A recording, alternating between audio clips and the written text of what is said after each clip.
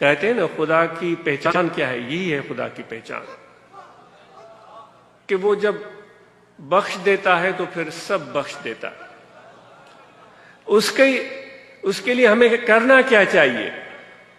ہمیں کرنا یہ ہے کہ اس کے دروازے کو چھوڑنا نہیں ہے، اس پروردگار اللہ کے دروازے کو چھوڑنا نہیں ہے، اور اپنی حاضری لگاتے رہنا چاہیے، اور حاضری ہمہ وقت ہونی چاہیے۔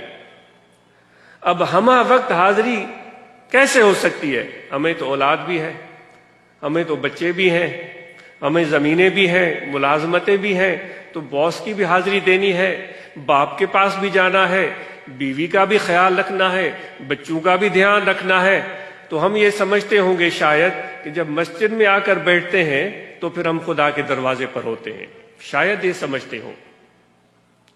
پر بٹائی صاحب رحمۃ اللہ علیہ نے فرمایا نا، چھو ونی وڑکار ہت نہ گولی ہو تکھے، لکھو کین لطیف چے بارو چو بے پار۔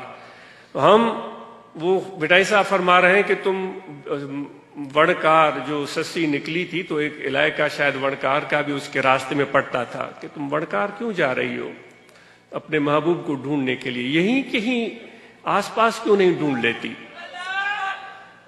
تو دوستو، ہمیں ادھر ادھر جا کر ڈھونڈنے کا شوق ہوتا ہے، بھئی اس کے پاس جائیں گے، اس کے پاس جائیں گے، وہ بھی بڑی بات سنا رہا ہے، وہ بڑی دعویٰ کر رہا ہے، وہ بڑی باتیں، کرامتیں، دعوائیں، جلوے، رنگ، روغن، لباس، ساری چیزیں دکھا رہا ہے، چلو اس کے پاس چل کر دیکھتے ہیں۔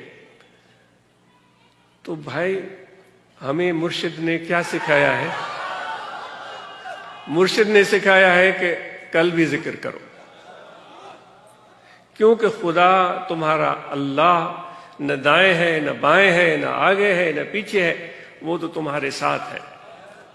وَهُوَ مَعَكُمْ أَيْنَمَا كُنتُمْ، تم جہاں کہیں بھی ہو وہ تمہارے ساتھ ہے۔ ہمیں صرف وہ احساس چاہیے، وہ نظر چاہیے کہ اس کی معیت، اس کی قربت کو محسوس کر سکیں۔ یہ ہنر سکھاتا ہے مرشد کامل، یہ ہنر سکھاتا ہے مرشد کامل کی صحبت۔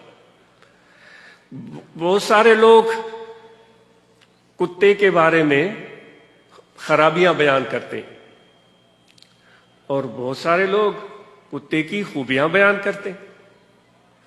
وہ عجیب سا مرکب ہے کتے کی ذات، اس کے اندر لوگ نجاست بھی ان کو نظر آتی ہے، اور لوگوں کو رحمت سے دوری بھی نظر آتی ہے، اور دوسری طرف دیکھیں تو کہتے ہیں بھئی وفاداری تو کوئی کتے سے سیکھے، شب بیداری تو کوئی کتے سے سیکھے، استواری تو کوئی کتے سے سیکھے، یعنی دونوں گروہ پائے جاتے ہیں۔ چلو ہم طریقت والوں کی بات کرتے ہیں۔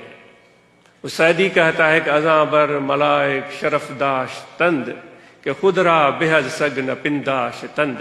وہ سعدی کہتا ہے کہ اس لیے فرشتوں سے بھی مرتبہ اور مقام میں آگے نکل گئے، کیونکہ وہ اپنے آپ کو کتے سے بھی اچھا نہیں سمجھتے تھے۔